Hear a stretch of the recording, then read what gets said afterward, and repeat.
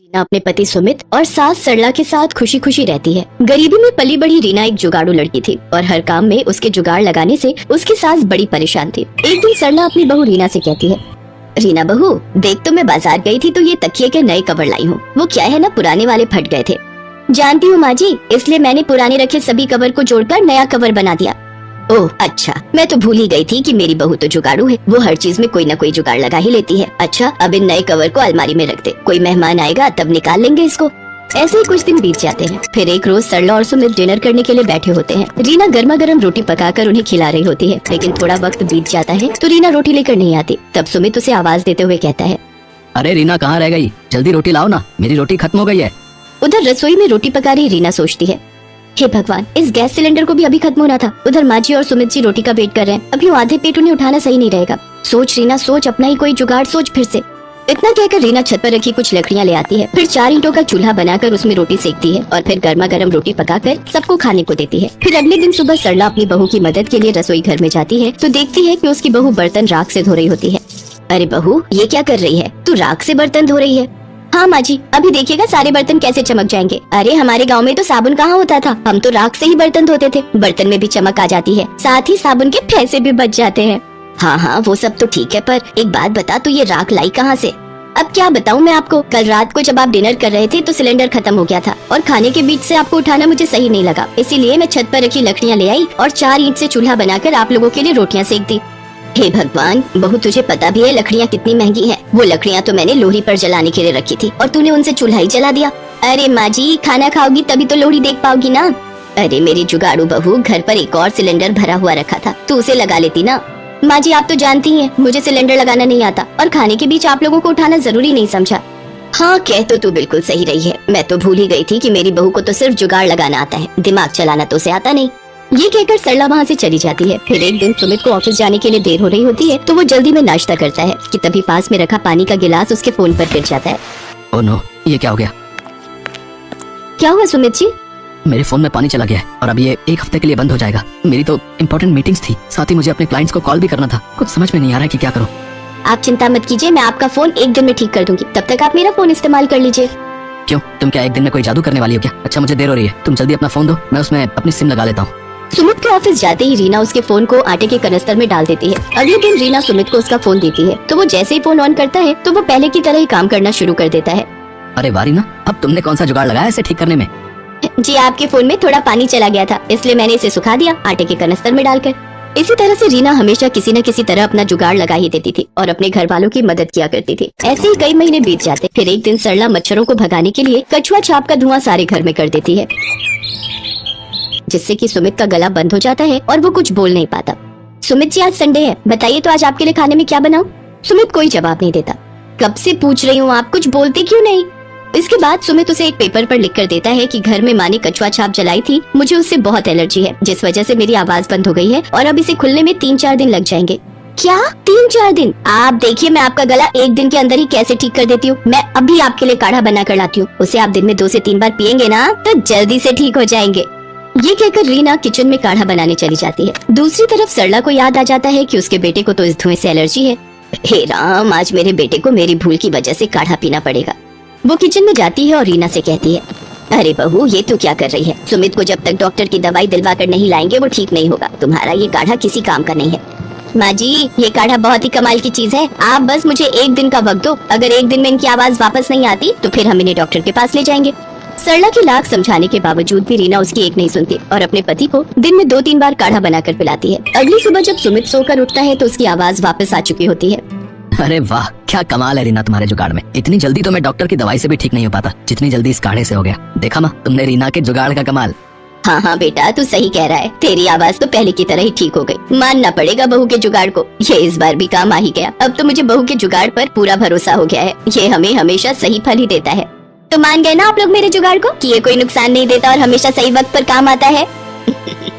हाँ हाँ मेरी जुगाड़ू बहू। ये कहते ही सभी जोर जोर से हंसने लगते हैं। रमा मैं तैयार होकर आता हूँ, ड्राइवर को ये बैग दे दो, गाड़ी में रख देगा। आज मेरी बहुत बड़ी मीटिंग है, ये बैग भूल ना जाऊँ। संदीप ने बैग बोला था रखने के लिए, पर इसमें तो सामान है, ये निकाल कर बाहर रख देती हूँ। संदीप तो मुझे ऐसे ही बेवकूफ कहते हैं। संदीप ऑफिस चला जाता है। शाम को वो गुस्से में ऑफिस से घर आता है और रमा को आवाज लगाता है। रमा, रमा, इधर आओ। मैंने तुमसे कहा था ना कि आज मेरी बहुत जरूरी मीटिंग है। मेरा बैग ड्राइवर को दे दो, वो गाड़ी में रख देगा। तुमने ड्राइवर को खाली बैग दे दिया। मेरी सारी फाइलें कहाँ हैं? आपने बोला था कि बैग गाड़ी में रखवा दो। आपने फाइलें बोला होता तभी तो रखवाती। बेकार में मुझे डांटते रहते हो। बहू, आई अम्मा जी, मैं जा रही हूँ, मुझे अम्मा जी बुला रही हैं। अरे इसके साथ रहकर तो मैं भी बेवकूफ बन गया हूँ। पता नहीं किस दिन इसे अकल आएगी। जी अम्मा जी, आपने बुलाया? बहू, मैं मंदिर जा रही हूँ, मेरे आने तक गैस पर करेले रख देना और बीच बीच में चलाती रहना। रमा की सास सुनीता मंदिर चली जाती है और रमा की बेवकूफी शुरू हो जाती है। आज अम्मा जी बहुत खुश होंगी। पहले मैं सारे करेले गैस पर रख देती हूँ। हाँ, अब थोड़ी देर हो गई है, अब इन्हें चलाती हूँ, अब फिर रख देती हूँ। वैसे मैंने करेलों को बीच बीच में चला लिया है। अम्मा जी आने ही वाली होंगी। रमा की सास सुनीता मंदिर से वापस आती है और रसोई में जाती है। रमा, ये क्या कर रही हो? करेले कहाँ हैं? अम्मा जी, ये रहे करेले। आपने ही तो बोला था गैस पर रखने और बीच बीच में चलाना है। मैं करेलों को चला रही हूँ। हे भगवान रमा बहू, मैंने कहा था करेले गैस पर रख देना, मतलब करेले की सब्जी बना लेना और चला लेना, मतलब सब्जी बनने तक हिलाती रहना। तो ऐसा कहना था ना अम्मा जी। आप मुझे जैसा कहेंगी मैं वैसा ही तो आपकी आज्ञा का पालन करूंगी ना। सुनीता और संदीप एक दूसरे की शक्ल देखने लगते हैं और गुस्से को पी लेते हैं। एक दिन तो रमा की बेवकूफी ने हद पार कर दी। संदीप के कमरे का क्या हाल बना रखा है? इतनी मिट्टी है टेबल पर। अरे ये लैपटॉप, सारा दिन संदीप इस पर काम करते हैं। कितना गंदा हो रहा है ये। क्यों ना इसको अच्छे से धो दूं? रमा लैपटॉप को सर्फ के पानी में डुबोकर धो देती है और कपड़े सूखने वाली रस्सी पर टांग देती है। तभी संदीप आ जाता है। रमा, अरे रमा, ये क्या किया तुमने? मेरा लैपटॉप। हाँ, इस पर बहुत धूल मिट्टी हो रही थी। मैंने सोचा इसको अच्छे से धोकर सुखा देती हूँ। मैंने सही किया ना? रमा, तुम सचमुच तुम बेवकूफ पत्नी हो। मेरा दिमाग खराब था जो तुमसे शादी की मैंने। रमा बहू, तुम में जरा भी समझ है? लैपटॉप भी कोई धोने की चीज है? अब क्या बात है? अब क्यों इतना शोर मचा रखा है? मेरी इतनी समझदार बहू से अगर कोई गलती हो गई तो इस तरह से उसे क्यों डांट रहे हो? जाओ बहू, तुम रसोई में जाकर मेरे लिए एक गिलास पानी ले आओ। बाबूजी, पानी घड़े का लाऊं या फ्रिज का? बेटा, घड़े का ले आओ। बाबूजी, छोटे घड़े का पानी लाऊं या बड़े घड़े का? बेटा, किसी भी घड़े का ले आओ। अच्छा, तो स्टील के घड़े का पानी लाऊं या मिट्टी के घड़े का? अब देते रहो जवाब। मैं तो चली कमरे में सोने। इस बेवकूफ की बातों में कौन उलझे। रहने दो रमा बहू, मैं पानी खुद ही पी लेता हूँ। तुम अपना काम करो। अच्छा? हाँ। अच्छा ठीक है बाबूजी। वैसे पता नहीं मुझे सब इतना बेवकूफ क्यों समझते हैं। ऐसे ही डांट दिया मुझे, पर धुलने के बाद ये लैपटॉप कितना सुंदर दिखाई देता है। संदीप और रमा की सास रमा की बेवकूफी से बहुत परेशान रहते थे। एक दिन संदीप और रमा के ससुर जयप्रकाश को किसी जरूरी काम से दूसरे शहर जाना था। अब सुनीता, मुझे और संदीप को जरूरी काम से लखनऊ जाना है। अपना और रमा बहू का ध्यान रखना है। और तुम भी जरा अपने फालतू दिमाग का कम इस्तेमाल करना। अरे कभी तो बहू को डांटे बिना कोई काम कर लिया कर संदीप बेटा। है? चल, अब देर हो रही है, ट्रेन का वक्त हो रहा है। चल। संदीप और जयप्रकाश लखनऊ चले जाते हैं। दोपहर के वक्त रमा अपनी पड़ोसन सुधा के साथ बात कर रही थी। अब क्या करूँ सुधा, तू ही बता, कितना ध्यान रखती हूँ सबका, फिर भी संदीप और माँ जी मुझे बेवकूफी समझते हैं। वो तो तू है ही। क्या कहा? नहीं नहीं नहीं, कुछ नहीं। मेरे पास एक इलाज है जिससे तेरी सास और पति तेरे से खुश हो जाएंगे। मैंने भी यही अपनाया था। बहुत चमत्कारी नुस्खा है। क्या नुस्खा है सुधा, जल्दी बता। सुधा रमा की बेवकूफी का फायदा उठाकर उसे एक बेवकूफी से भरा नुस्खा बता देती है। ये नुस्खा तेरे बहुत काम आएगा। वैसे तुझे पता है रमा, पिछली गली में कल रात एक घर में चोरी हो गई।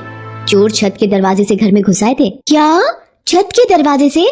मुझे याद आया, हमारी भी तो छत का दरवाजा खुला रहता है, उसकी कुंडी खराब है। चलो अच्छा है चोरों को ये बात पता नहीं चली। अच्छा, अब मैं जाती हूँ। रमा को छत के दरवाजे के बारे में बात करते हुए वही चोर सुन लेते हैं। वो बड़े शातिर चोर थे और उसी गली के आसपास ऐसे लोगों के घर की खबर रखते थे जिनके घर चोरी की जा सकती थी। इशारे से दोनों चोर बात करते हैं कि रात में इसी घर में चोरी करेंगे और उस वक्त वहाँ से चले जाते हैं। रमा घर के भीतर आ जाती है रात के वक्त। चल भाई, जल्दी से चोरी कर लेते हैं, छत का दरवाजा खुला हुआ है। लगता है दोनों सास बहू घर में अकेली हैं, कोई आदमी घर में नहीं है, तो चोरी करना और भी आसान हो जाएगा। दोनों चोर चोरी करने ही वाले थे कि तभी रमा की सास की आवाज सुन लेते हैं और सीढ़ियों पर ही रुक जाते हैं। ओ रमा बहू, ये क्या कर रही हो? पूरे घर में मिर्चों का धुआं कर दिया। ये मिर्ची क्यों जला रही है? हे भगवान, मार दिया रे। अम्मा जी, ये नुस्खा है, ये आप अभी नहीं समझोगे। पहले इन मिर्चों के धुओं को घर घर के कोने में फैल जाने दीजिए। रमा मिर्चों का धुआं फैलाती हुई छत की सीढ़ियों के पास भी जाती है, जिसकी महक से दोनों चोर तेज तेज खांसने और छींकने लगते हैं। उनका बुरा हाल होने लगता है। अरे कोई बचाओ, इस पूरे घर में मिर्च है। ये कैसा घर है भाई? अरे भाग लो यहाँ से यार। ये किसके खांसने की आवाज आ रही है? रमा बहू, ये तो चोर हैं।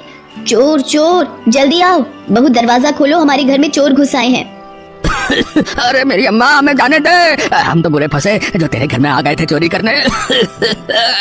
रमा बहू, जरा वो सामने रखा डंडा लाना, इन चोरों की तो आज खैर नहीं।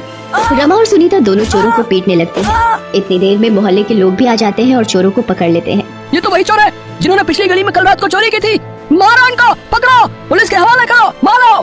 दोनों चोरों को मोहल्ले के लोग पुलिस के हवाले कर देते हैं। रमा बहू, तुमने तो कमाल कर दिया, वाकई में तुम बहुत अच्छी बहू हो। सुधा, इधर आ, मुझे लगता है तेरा नुस्खा काम आ गया। अम्मा जी मेरे से पहली बार इतने अच्छे से बात कर रही हैं। मिर्ची वाला नुस्खा अपना असर दिखा रहा है और उन्होंने मुझे अच्छी बहू भी कहा, नहीं तो हमेशा बेवकूफ बहू ही कहती हैं।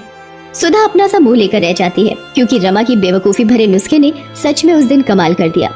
जयप्रकाश और संदीप जब वापस लौटते हैं, उन्हें भी सारी बात पता चलती है और वो भी हंस हंस कर लोटपोट हो जाते हैं। रमा को अब भी यही लग रहा था कि ये शायद नुस्खे का कमाल है। संदीप की बेवकूफ पत्नी उस दिन सबके दिलों में हेलो दोस्तों, मेरे इस चैनल पर आप लोगों को love story, tragedy, comedy, emotional, sentimental कहानियाँ, स्टोरीज, प्रेमी प्रेमिका की नोक झोंक, पति पत्नी की लड़ाई, सास बहू की झगड़े, नाग नागिन की स्टोरी, कई प्रकार की कहानी स्टोरी आप लोगों को देखने को मिलेगी। अच्छी स्टोरी और कहानी के लिए चैनल को सब्सक्राइब कीजिए। चलिए कहानी की ओर बढ़ते हैं।